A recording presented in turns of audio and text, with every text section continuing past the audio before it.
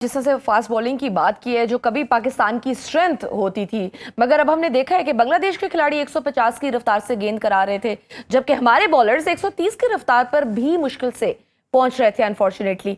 इसकी क्या वजह है? पेस कहाँ चली गई पाकिस्तान के बॉलर्स की? कहाँ वो दहशत? जब हमारे पहले फास्ट बॉलर्स आते थे, बैट्समैन डर जाते थे, शोएब अख्तर और वकार यूनिस। ओके, देखिए हमारी इनहेरिटेंस तो बहुत ही आउटस्टैंडिंग है, लेकिन मोहम्मद आमिर के बाद कोई फास्ट बॉलर इस पाई का नहीं आया, और मोहम्मद आसिफ के बाद आसिफ जो है वो एक्स्ट्राऑर्डिनरी बॉलर था, पेसी नहीं था। क्या वजह है? एक तो डोमेस्टिक क्रिकेट का स्केड्यूल, कि आप इनको बहुत ज्यादा थका देते हैं, पिचेस जहाँ पे ये खेलते हैं। तो तीसरा, जब आपका फोकस T20 क्रिकेट होगा तो आप ट्रेनिंग भी वही करेंगे। जब आप राइट। वो ट्रेनिंग तो आपका मसल और ब्रेन जो है वो रजिस्टर कर लेता है और मेमोराइज कर लेता है कि बस यही रिक्वायरमेंट है। अब शाहिन शाह अफरीदी T20 में जाते तो 140 करते हैं, यहाँ पे उन्होंने स्लो 92 तक स्लो गेन कर दिया, 122-23 कर रहे थे।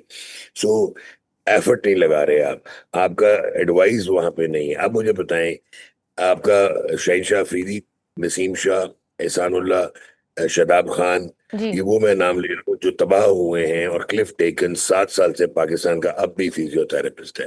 वो कैसे सरवाइव करता है? क्या वजूहत हैं कि वो फेलियर के बावजूद सरवाइव कर रहा है?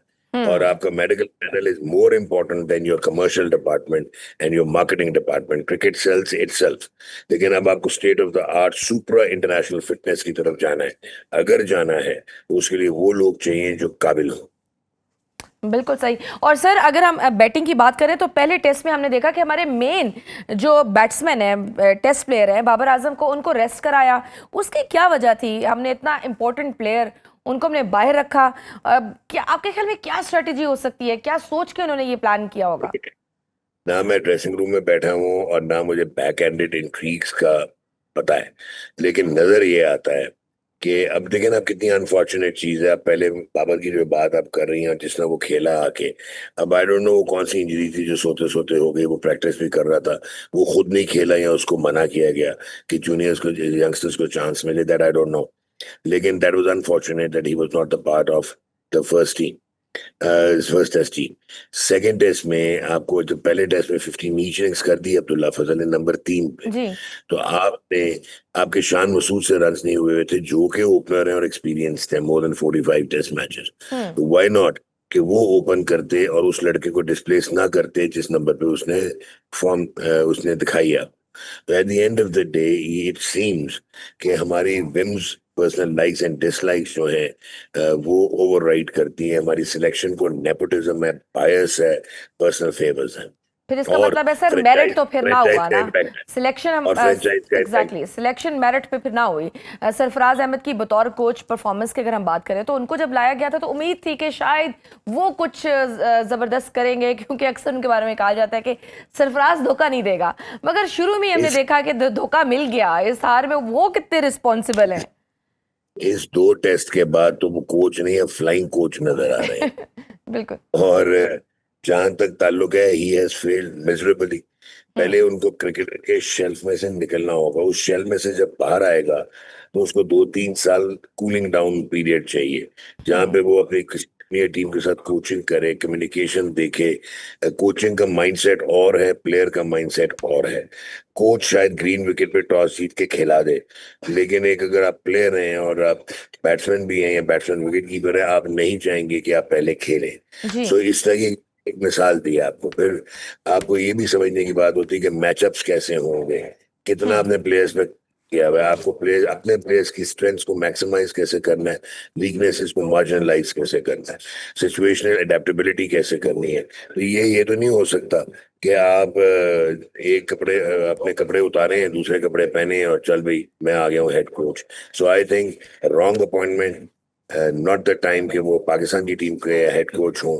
हम्म। अल्लाह करे कि टेम्पररी हो, बट अनफॉर्चुनेटली गैरी कर्सन, जिनको हमने निकाला था जो दुनिया के one of the finest head coaches हैं, वो श्रीलंका ने ले लिए हैं। बॉलिंग कोचेस शॉन टेट जो है वो बांग्लादेश चले गए हैं, और आप देख लें आपकी टीम कहाँ पे खड़ी है। सही। Sir, last question. One day series के लिए ऑस्ट्रेलिया अब पाकिस्तान आ रहा है। बांग्लादेश से तो जीत नहीं पाए हम अनफॉर्चुनेटली, मगर क्या कोई उम्मीद रखें कि ऑस्ट्रेलिया से जीत जाएंगे? आपको कोई एक्सपेक्टेशंस हैं? आप शायकीन को कोई उम्मीद देंगे? और आप ये बताइए कि कौन सी ऐसी गलती है जो एटलीस्ट इसमें रिपीट करने की जरूरत नहीं है? T20 क्रिकेट जो है ना आपकी, वो तो खत्म हो गई, आपको वर्ल्ड कप में नजर आ गया। टेस्ट क्रिकेट आपको अभी सीरीज में नजर आ गया, वो खत्म हो गई। ओडीआई अभी तक आपके सामने एक्सपोज नहीं हुए। आप शायद टेस्ट क्रिकेट में तो आप नंबर 8 हो गए आज माशाल्लाह। तो हम्म। ओडीआई में आप शायद अभी भी नंबर 5 हैं और T20 में 6 हैं। लेकिन जॉश इंग्लिश और जिस तरह शॉन मार्श आईपीएल में खेल रहे हैं और उन्होंने अभी आना है और यहाँ पे खेलना है, तो ये वो ऑस्ट्रेलिया T20 की नहीं है, वनडे की। ये टीम में भी प्रॉब्लम्स आएंगे पाकिस्तान की, क्योंकि वनडे एक ऐसा फॉर्मेट है जहाँ पे आपको T20 क्रिकेट भी खेलनी है और टेस्ट क्रिकेट हम्म। भी खेलनी है। तो आई पर्सनली फील कि ऑस्ट्रेलिया फेवरेट्स होंगे। गलती ये ना करें कि अपने पसंद के प्लेयर्स ना खिलाएं, मेरिट पे खिलाएं, चाहे आप हार जाएं, लेकिन हारने राइट। का एक सलीका होना चाहिए कि हम लोग पिन नेट पिकिंग ना कर सकेंगे, ये नहीं खेला वो नहीं खेला। तो हम्म। एटलीस्ट अब तो शाऊर आ जाना चाहिए कि let's try merit for one last time. Sir, दावे तो वर्ल्ड टेस्ट चैंपियनशिप जीतने के थे, लेकिन हारे एक ऐसी टीम से जो रैंकिंग में अरसद दराज हमसे नीचे रही। आखिर क्या वजह है कि हमें आज इस हद तक रुसवाई का शिकार होना पड़ा, कि बांग्लादेश से व्हाइट वॉश होना पड़ा? Who is responsible? देखें, number one, it always a pleasure to be in your show. आपने जो सवाल किया है ना, मैं पहले आपको डायरेक्ट बताता हूँ। नंबर वन, आप रिस्पॉन्सिबिलिटी तो छोड़े, पहले आप क्रेडिट बांग्लादेश को तो देना। और वो किस चीज का क्रेडिट है कि वो एक मिनट से सन 2000 2001 से लेकर 2024 तक वो एक टेस्ट भी पाकिस्तान से नहीं जीते थे, एट होम और अवे। उसके बाद वो स्पिन डोमिनेंट पिचेस बनाते थे और स्पिनर्स में वो पूरी जिंदगी, उनका कल्चरल इम्पैक्ट जो है क्रिकेट का, वो स्पिनर्स थे। उन्होंने एसेस किया कि मॉडर्न क्रिकेट में अब जो है रिक्वायरमेंट्स फर्क हो गई हैं। उन्होंने अपनी पिचेस तैयार की और जो टॉम हेमिंग्स हैं जो उनके क्यूरेटर हैं, वो पाकिस्तान क्रिकेट बोर्ड ने ही फारिग किया उन्हें। हम्म। उनके जो फास्ट बॉलिंग कोच हैं वो शॉन टेट हैं, जिनको पाकिस्तान क्रिकेट बोर्ड ने ही फारिग किया है। और उन्होंने 4-6 फास्ट बॉलर तगड़े किस्म के जो है वो प्रोड्यूस किए और फिर दिलेराना फैसला करते हुए स्पोर्टिंग पिचेस बना के और पाकिस्तान को ढेर किया।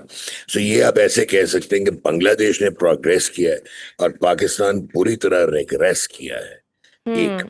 सेकेंडली, जब आपका फोकस ही नहीं होगा डोमेस्टिक स्ट्रक्चर पे, डोमेस्टिक क्रिकेट पे, it's not only cement infrastructure, it is also about the operational infrastructure, जिसमें रेलेवेंट एचआर उन ऑफिस में बैठी होनी चाहिए, जो ऑफिस उनकी जॉब डिस्क्रिप्शन और केपीआईज के मुताबिक हो। हम्म। और हमारे यहाँ ऐसा होता नहीं है। तो अब हुआ क्या है कि रेजिस्टेंस टू चेंज है, क्योंकि जब क्रिकेट बदली है तो उसमें साइंस का बहुत ज्यादा अमल दखल हो गया है। तो साइंटिफिक इंटीग्रेशन और मल्टी डिसिप्लिनरी अप्रोच, बायोमैकेनिक्स, किमोलॉजी, इंजरी प्रिवेंशन, ये जो है मेडिकल आपका state of the art module, workload management, ये सारी चीजें जो हैं वो अगर जब तक आप टीयर क्रिकेट में नहीं डालेंगे, जूनियर्स में, अंडर 13 17 और पाकिस्तान शाहीन्स में, तो आपको ऐसा ही नजर आएगा। सेकेंडली, आपकी पॉलिसी कोई अजीब सी फ्लेक्सिबल है, आप इनको T20 लीग्स खेलने देते हैं और उसका रीजन ये है कि फर्स्ट क्लास क्रिकेट में बिल्कुल पैसा नहीं है। तो एक हम्म। लड़का जो 3 सेशंस में स्पेल करता है और वर्क हार्ड करता है और उसकी मसल मेमोरी उस तरह डेवलप होती है टेस्ट मैच क्रिकेट खेलने के लिए, उसको पैसे नहीं मिलते। जो पीएसएल में आता है 2 छक्के मारता है, 2 आउट करता है, 4 ओवर्स करता है,